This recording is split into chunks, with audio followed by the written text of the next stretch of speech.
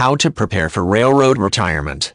In order to prepare and qualify for a railroad retirement, an employee needs to put in a number of years of service.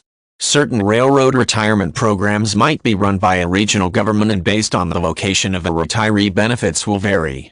To prepare for railroad retirement, an employee may decide to make voluntary contributions to a retirement plan in addition to the mandatory amounts deposited both by the employer and the railroad worker. In the U.S., the Railroad Retirement Board is a uniform national program that is run by the government. It is designed to provide retirement benefits to retirees and spouses of railroad workers. Disability benefits are also paid through this system. Working in the railroad system will help to prepare you for railroad retirement. Employees become eligible for full benefits at the age of 60 if at least 3 decades of service have been given.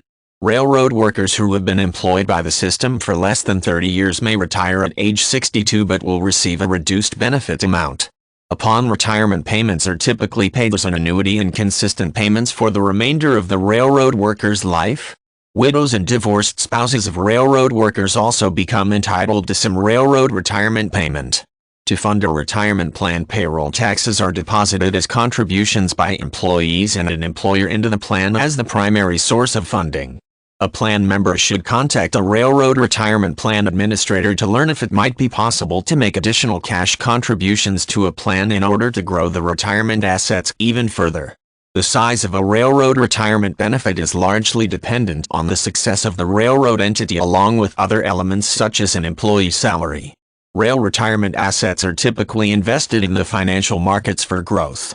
Historically, assets were only permitted to be invested in the most conservative of asset classes such as government treasuries, but those restrictions have been lifted in the U.S. The performance of the stock market can be volatile and unpredictable.